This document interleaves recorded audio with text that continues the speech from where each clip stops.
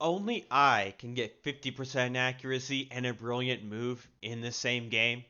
Only I can make this happen. I swear, even at 400 elo games, when there's a brilliant move, the guy playing the brilliant move gets like at least 80 accuracy, at least 80. Okay, it doesn't play like a 400, that's for sure. Even the 400 level players and then get a brilliant move, they will always get a game rating higher than 400, okay? But not me. I have reached a whole new level of chess enlightenment. I have reached a whole new level of Paul George inconsistency. In fact, this is the most like Paul George game ever because it's just really bad and inconsistent for 90% of it. And then I have a flash of brilliance to remind you that maybe I could be better if I tried harder, if I actually studied the game, if I actually practiced. I'm basically turning into the chess version of Paul George. This game is my wake up call, dude. I gotta get on that grind. Alright, but without further ado, let's see this absolute travesty, an absolute abomination, an insult to anyone that has ever played chess or looked at a chessboard or held a chess piece or watched the Queen's Gambit or seen another person play chess. All right, enough with the rambling. But we first of all we have the most Giga Chad opening, okay? I have to say that this is like one of the most Giga Chat openings you can have as white, and it's called the Danish Gambit. Okay, you gambit this pawn, and then you uh, gambit another pawn. So he is at plus two on move 5 in terms of material. But I have these powerful bishops. It's fully operational, as a Gadmeter would say.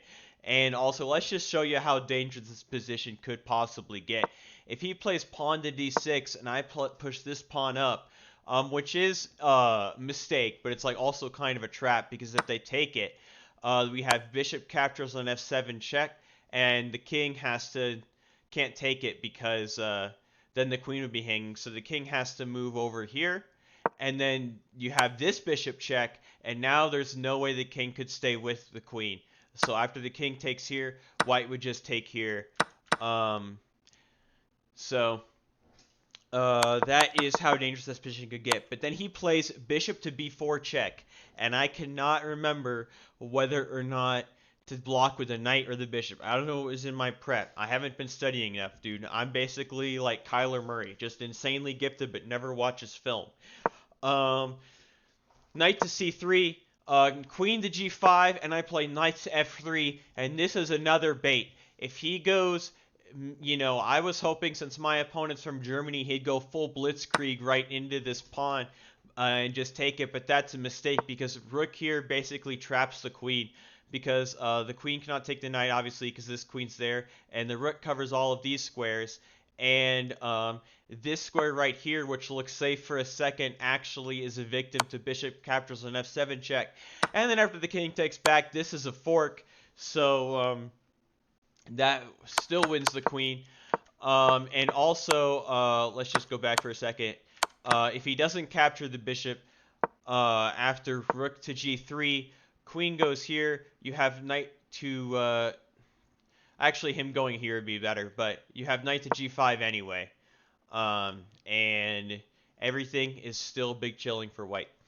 Um, okay, so that doesn't happen. He plays queen to a5. I defend the knight one more time. Now he goes knight to h6. Now bishop captures on f7. Is never going to be a threat. Castles, castles. Knight to d5. I was hoping to go after this pawn that's already defended.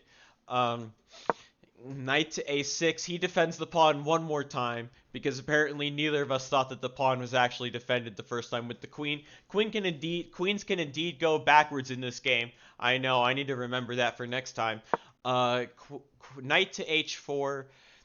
And my idea here is to put the knight over here, which I do, well, after I move this knight out of the way. And the whole time the computer's screaming for me to play queen to d4. That's mate in 10, apparently, because this threatens checkmate right there. And it's really easy to get a lot of tactics with that. and it's just gonna be screaming for it. So I move all this stuff when I could have went queen to d4. He goes bishop here, and I put my knight here like a 1, and he takes it. I wanted him to take. Queen to g4 was better because it threatens the knight and checkmate. He can't defend both. But I took right away. It makes my position a little bit worse because my pawn's like not in the center. And now he blunders the game back. After I'll look at the eval bar, dude. It's getting quite a workout. Now I go queen to g4, threatening checkmate. He blocks the checkmate like this. And then I go knight to h5, threatening checkmate again. And he blocks with the rook. I have knight to f6 check. King goes out of the way. Now, if he moves the rook here to take it, the bishop easily wins it, and the pawn is pinned.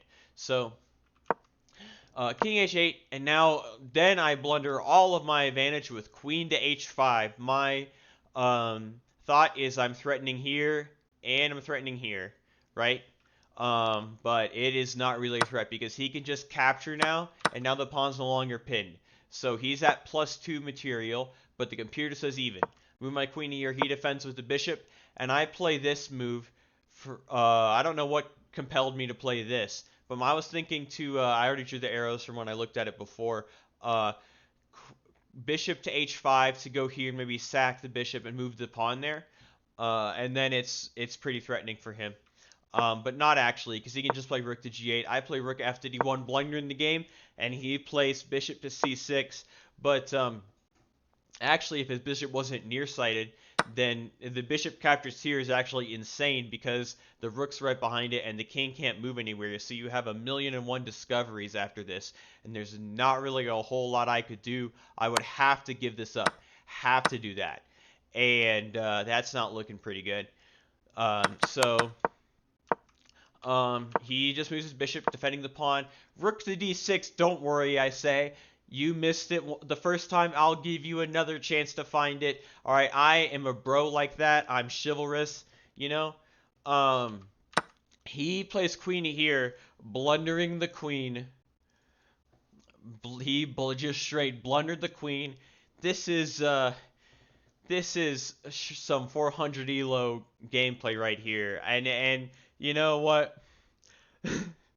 In the spirit of the 400s, in a move only I could do, I completely miss it and take this pawn and destroy all of my advantage. All of my advantage is gone now. It's all gone. Oh my gosh. This okay. I'm just going to make a comeback. Move the pawn up. And now bishop d3 attacking this pawn. He sacrifices the exchange to be able to stop the threat. Rook goes here. His pawn defends itself. Rook check. King to h7 is forced. And now pawn to f7, blundering the game one last time. I have 8 seconds left. This is a 5-minute game with 5-minute bonus time. I blunder the game again. For the final time, I blunder the game because after king to g7, what am I going to do? There's like, I can't get a queen. The rook's under attack. I have to go here and basically trade this. Maybe he had better moves there, but I mean, that's the idea, like, of why that is winning for him. Completely winning. But he moves the bishop to attack it instead. And that was the wrong piece because I had my 2 brain cells finally collided somewhere in my skull. And I was like, oh wait, I have the rook! My 2 brain cells come together and unite as a single brain of 2 cells to find rook to h8 check. I finally remember how to play chess. The spirit of Gotham chess has descended upon me, and he whispered right in my ear, the rook! Because if he takes the rook, queen check is coming. But that's his best move, because he is like, I am not falling for your rook sacrifice. I'm not taking the rook and letting you get a free queen. But the problem with that is that I still get a free queen, and it's checkmate. And this was a game.